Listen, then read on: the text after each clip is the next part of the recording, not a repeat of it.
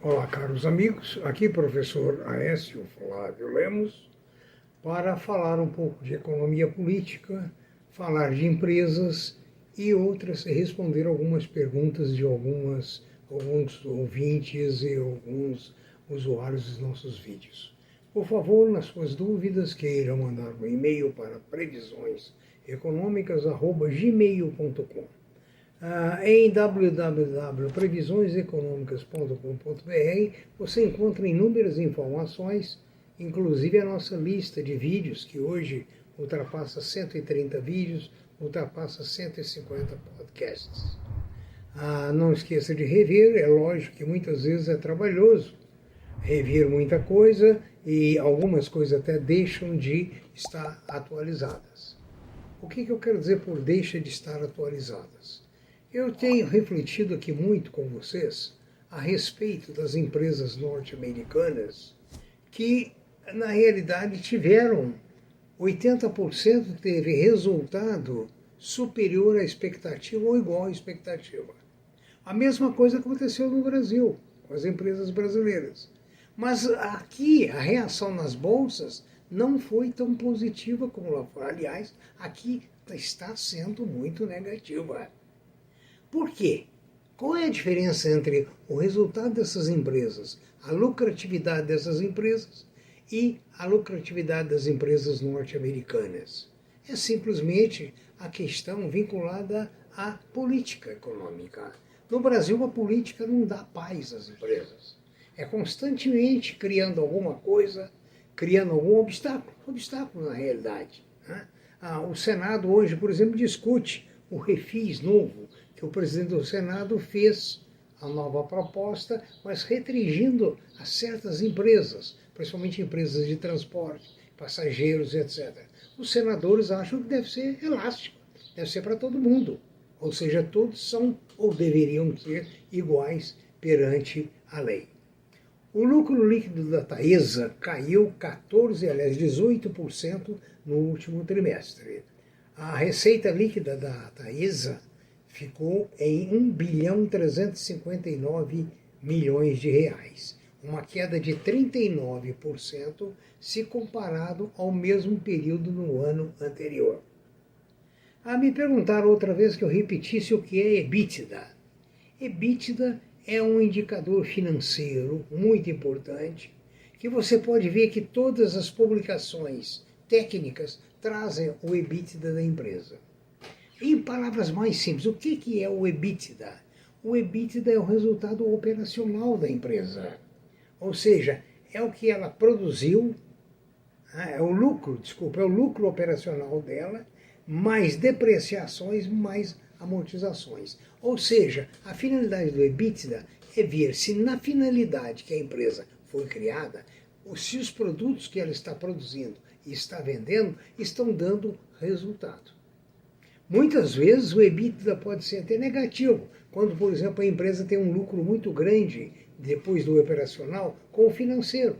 Tem muitas empresas, se você vê os cartões de crédito das firmas, elas oferecem na liquidação um financiamento elástico, a juros módicos, uma dívida de R$300 vai para R$900 pago em 30 meses, é muito suave. Então aí muitas empresas estão repousando o lucro aí, e não nas suas operações ou operações para a qual ela foi criada. Se ela foi criada para fazer peças de automóvel, as peças de automóvel têm que dar um resultado econômico muito bom. Se não der, alguma coisa está errada. Aí você tem que ir lá ver se ela está desviando do propósito inicial, se ela está repousando no financeiro, ou repousando na produção, ou se a produção está dando prejuízo. Isso acontece muito. Aliás, tem acontecido com muitas empresas, ultimamente, que têm tido prejuízo ou têm tido um resultado muito modesto, às vezes negativo, porque o custo do produto vendido subiu demais nos últimos 12 meses. E que empresas que têm contratos de entrega com preço pré-fixado do produto vendido não pode reajustar. Ela tem que arcar com o quê? Com um custo maior. A Volkswagen nos Estados Unidos emprega cerca de 4.000 funcionários mas emprega também 50 ovelhas. Curioso, não é? Muito curioso.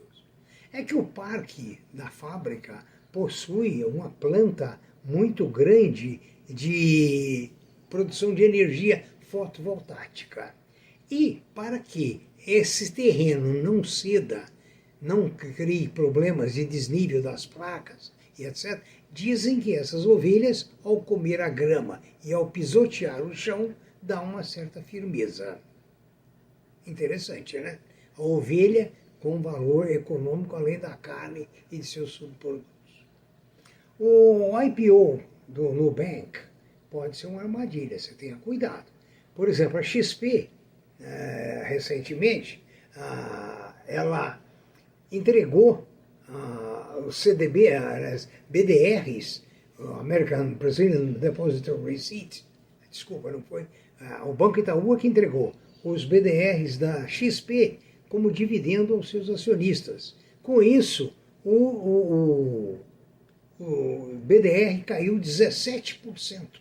Ou seja, como entregou para o acionista para ele transformar em dinheiro a título de dividendo, houve um aumento da oferta e, em consequência, uma desvalorização do American Depository Receipt.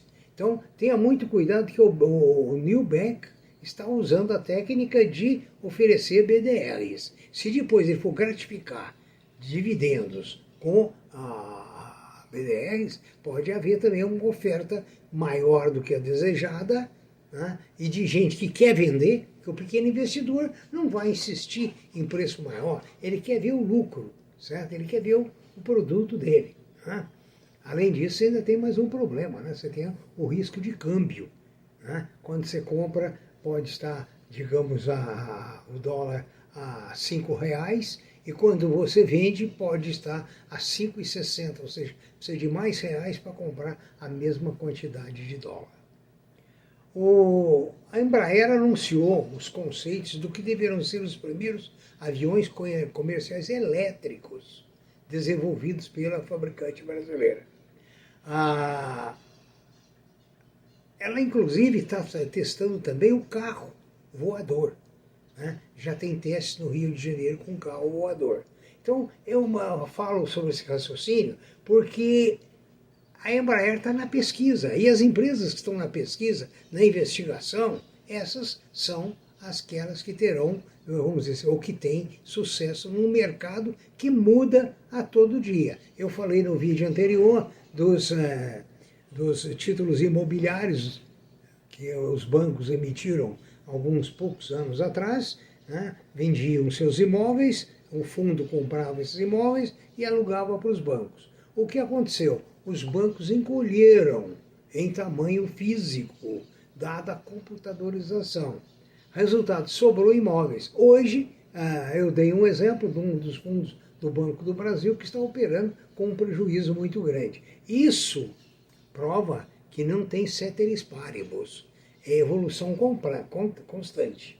Então, os aviões da Embraer, um dos modelos é propulsão híbrida elétrica, a redução de emissões de CO2 em até 99%, eles terão 9 assentos, motores montados na traseira e estimativa de que estejam no mercado em 2030. É interessante para o povo brasileiro que nós sempre pensamos em alguma coisa hoje e queremos o resultado ontem, né? É interessante, né? Outra coisa é o petróleo que permanece em alta no mundo todo. Os governos têm feito todo o possível para abrir mão dos estoques estratégicos para forçar a baixar, entrar em acordo com árabes, com a Rússia, mas não tem conseguido. O Brent, que é o petróleo que orienta o preço no mundo, continua acima dos $80 o barril.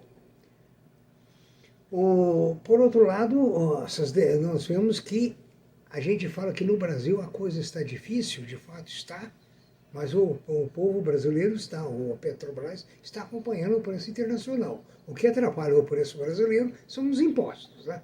Mas também pudera, né? Nós temos 5.600 câmaras vereadores, temos mais ou menos 27, 28 câmaras de deputados, entre estadual, federal, Senado. né? É muita gente para ser sustentado, mas vale a pena porque esses deputados e senadores proporcionam o desenvolvimento brasileiro, né? A Iguatemi homologou a reestruturação societária e as suas units começaram a ser negociadas esta semana, né? Veja bem, o varejo está em concorrência forte. O varejo não é mais o mesmo. Hoje existe uma concorrência acirrada em grandes grupos, Amazon, Magazine Luiza, Casas Bahia, né? E outros grupos muito fortes. A Amazon está abrindo 3 centros de estoque no país para acelerar as entregas de mercadoria. Isso é concorrência, gente. É bom para o público? É. Agora, é preciso ter cuidado ao selecionar as suas ações e verificar o preço, verificar o EBITDA de cada um deles, para ver se vale a pena investir nesses papéis. Analisar o grau de risco. Nós estamos numa época que o poder aquisitivo do brasileiro está lá embaixo. Tá? Então, e as compras? E as compras? Serão grandes? Vamos voltar à Cosan. A Cosan assinou agora um contrato de venda de 51% da participação da Gaspetro para a Compass Gás e Energia, por 2 bilhões de reais. A Compass Gás e Energia pertence à Cosan, né? E aí é mais um fortalecimento da Cosan, que já é uma empresa com ramos, com estrutura em diversas partes da economia, né? Outra coisa importante, a Petrobras, é que ela tinha uma dívida de 180 bilhões de dólares.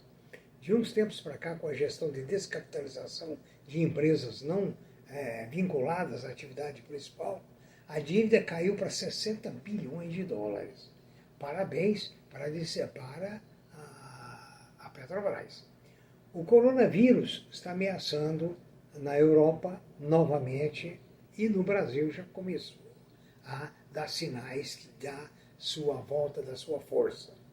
Com isso, é preciso pensar muito nas aglomerações, é preciso pensar muito no carnaval, nas festas de fim de ano e nas viagens. Eu tenho amigos indo para países, viajando para países onde a infestação está grande e só estão viajando em caso realmente extremo. Ou seja, estão evitando esse turismo perigoso que temos aí à nossa porta. Por fim, a Petrobras já apresentou seu plano de negócio de 2022 a 2026. Ou seja, as grandes empresas planejam com muita antecedência, como você tem que planejar a sua carteira de ações, para que você não tenha que vender na hora errada, compre o papel certo e espere o lucro certo, que no momento certo ele virá. E o grande problema nosso é que nós não temos essa paciência organizacional e com isso, no momento de baixa, muita gente realizou prejuízo. Não há prejuízo a menos que você tenha vendido as suas ações, porque elas voltarão. É lógico que emocionalmente, como nós temos discutido em diversos vídeos, a administração emocional é muito importante porque ninguém gosta de perder, mesmo que seja temporariamente e artificialmente. Tenha um bom trabalho, boas análises, bom raciocínio, bons negócios e vamos com bola para frente.